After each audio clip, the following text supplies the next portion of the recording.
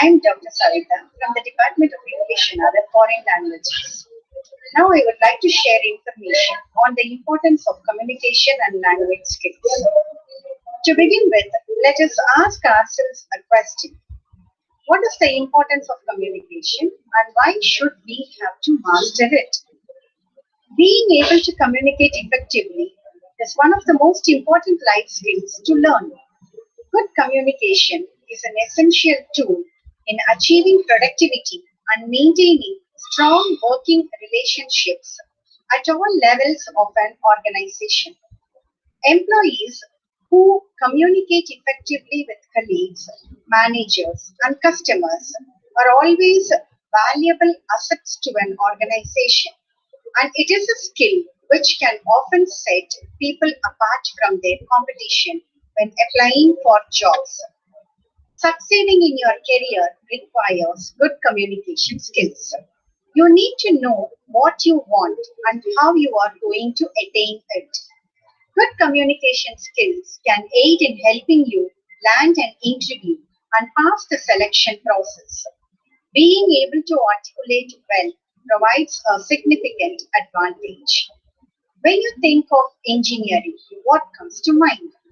You may be wondering, I give you so much importance to explain about communication skills. Let me explain from your point of view.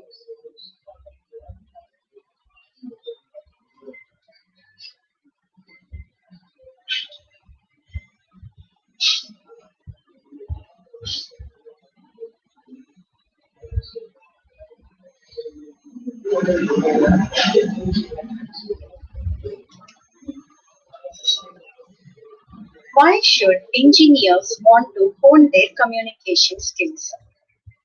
Employers want engineers with strong communication skills. They assume most people who graduate with an engineering degree have the technical expertise to do their jobs. What employers are looking for in a candidate is the ability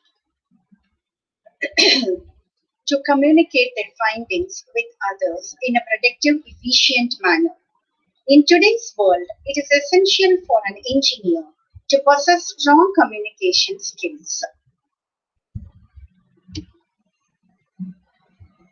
It is the biggest determiner of success in the modern engineer's professional career. So, this is what about the importance of communication. Now, the word communication has been derived from the Latin word communis, meaning common. How can communication be defined? Communication is defined as transferring information to produce greater understanding.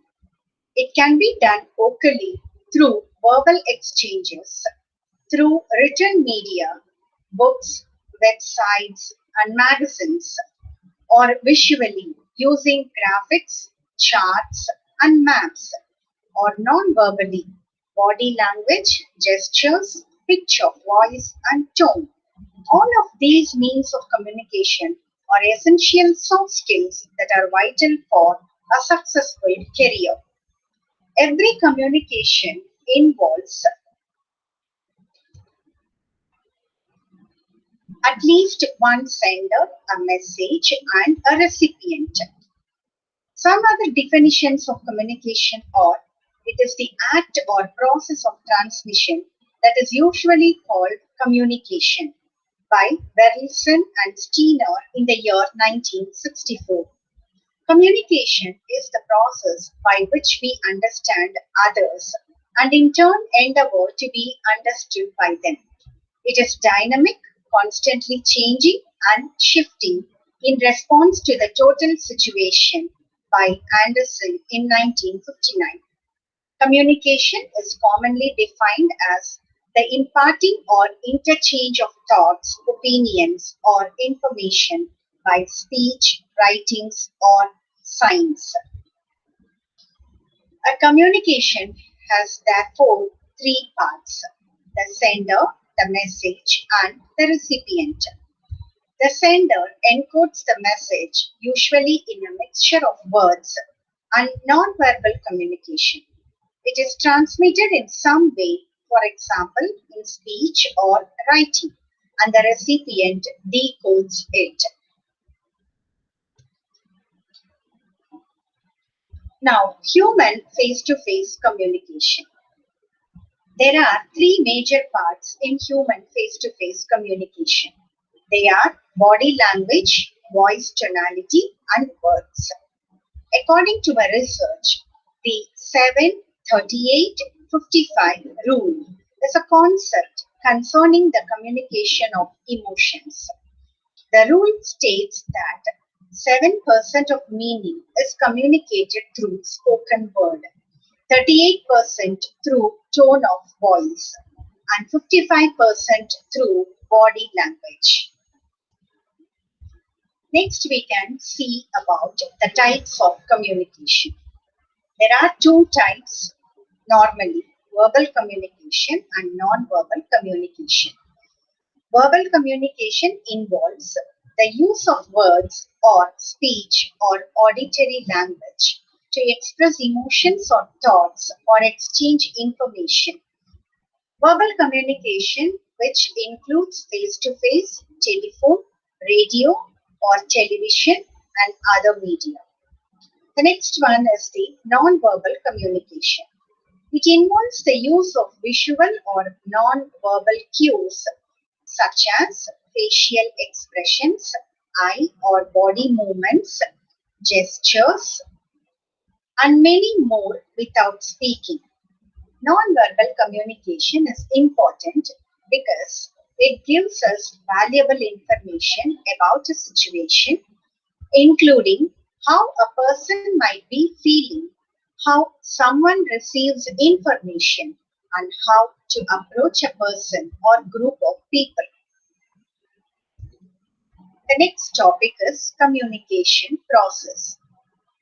Communications is a continuous process which mainly involves three elements via sender, messenger, and receiver. The elements involved in the communication process are explained below with this diagram. The sender. The sender or the communicator generates the message and conveys it to the receiver. He is the source and the one who starts the communication. The next one is the message.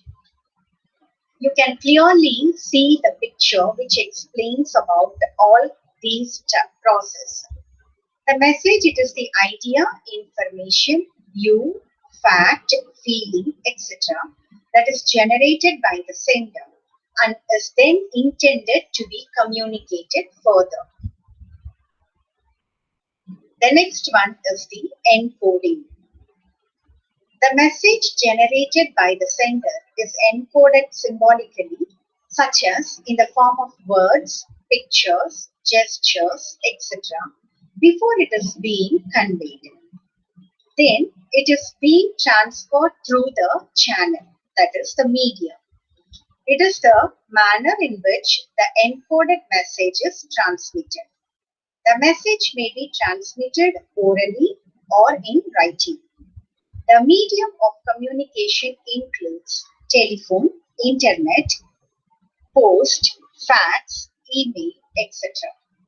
The choice of medium is decided by the sender.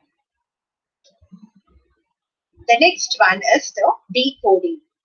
It is the process of converting the symbols encoded by the sender. After decoding, the message is received by the receiver. The receiver is the person who is the last in the chain and for whom the message was sent by the sender. Once the receiver receives the message and understands it in proper perspective and acts according to the message, only then the purpose of communication is successful. Finally, we get the feedback.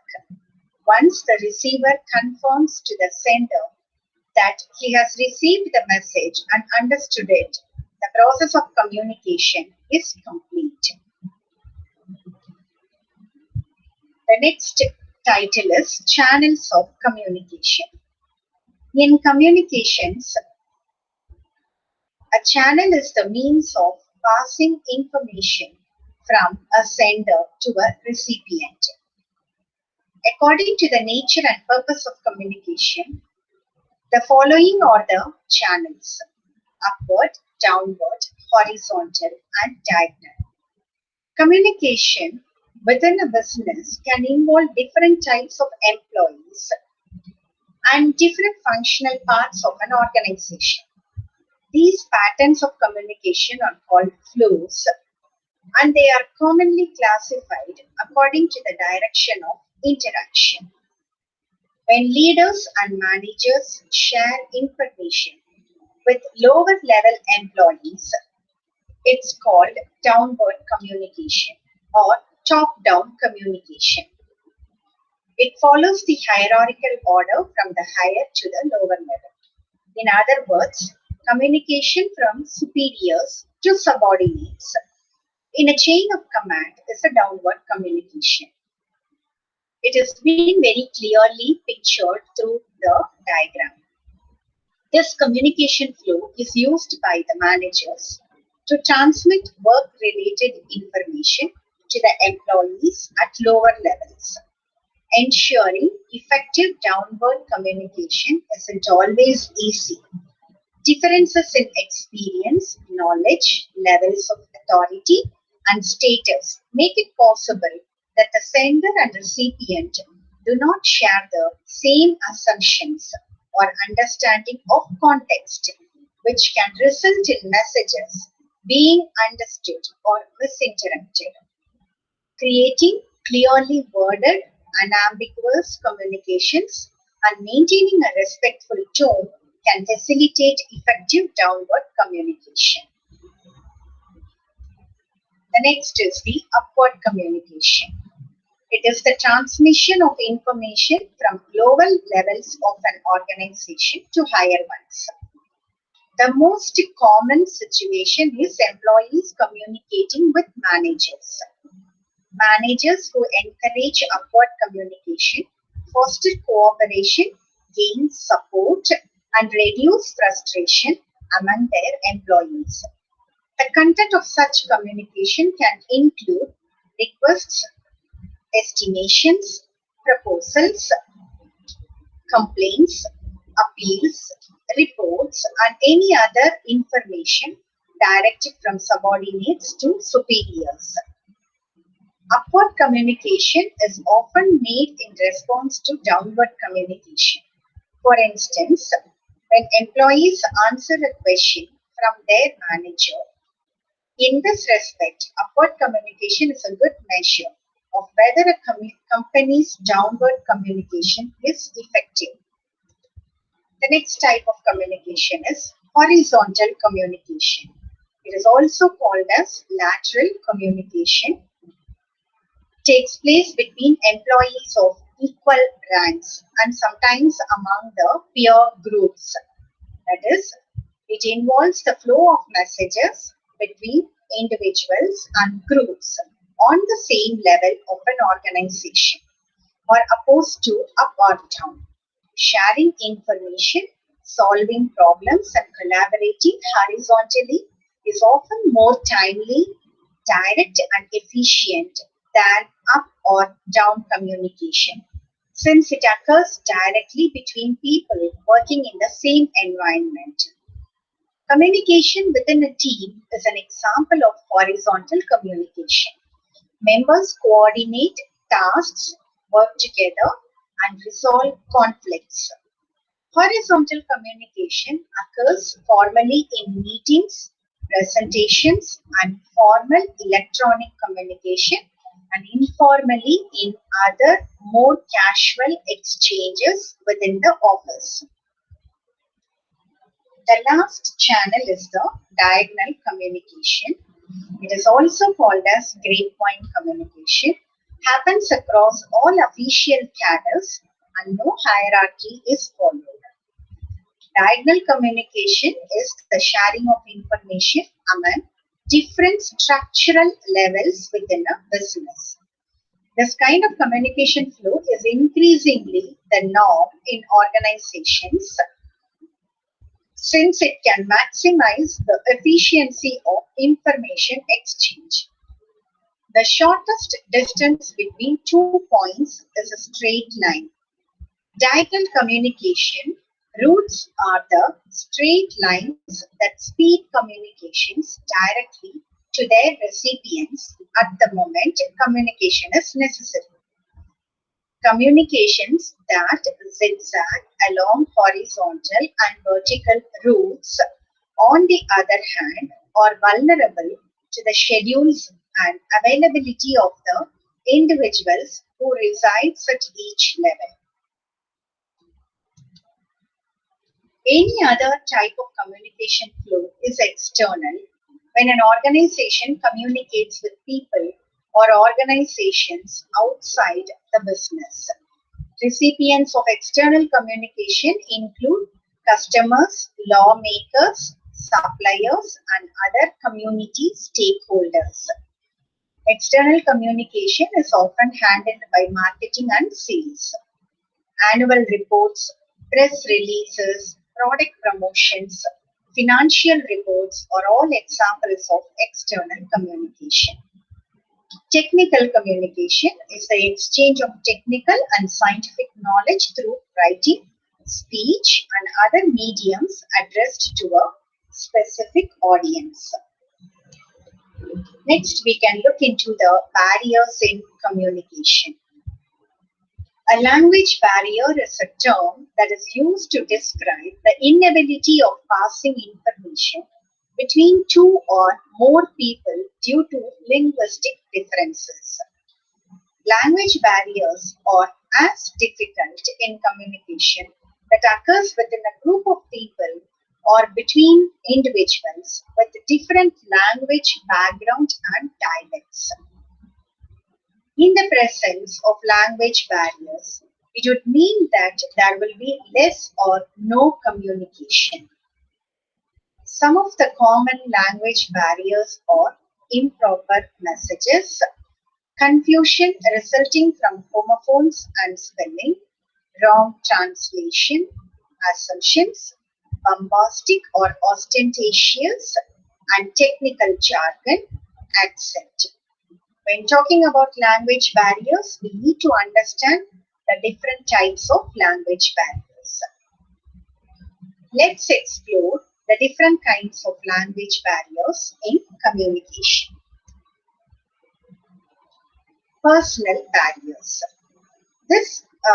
Some of the barriers that happens personally are physical inconvenience, passive listening, that is lack of attention, selective listening, individual perception, lack of confidence, improper time management, fear of superiors, and malfunctioning of the aids. These are all some of the common personal barriers with respect to language. Then the next one is the organizational barriers. It happens when the boss is strict and the status problems, egoistic clashes that happens between people, and one-way communication, rigid rules, job pressure, poor working environment are some of the common organizational barriers. So how to overcome these barriers? Be clear and precise in expressing your ideas. Let the sentences be short and simple with easy words. Speak at normal pace. Improve your concentration and active listening skills. Plan your schedule and act accordingly. Avoid being egoistic and give way for suggestions. Know your audience before you start your presentation. Appreciate feedback. So these are all some of the common means to overcome the barriers in communication. So I have given you a very brief description about communication, its importance, the process of communication, the channels of communication, and what are all the barriers we do have in communication, and how to overcome these barriers. This presentation will help you to overcome the communication barriers and help you to improve your and understand the importance of the need of the hour with respect to communication. Thank you.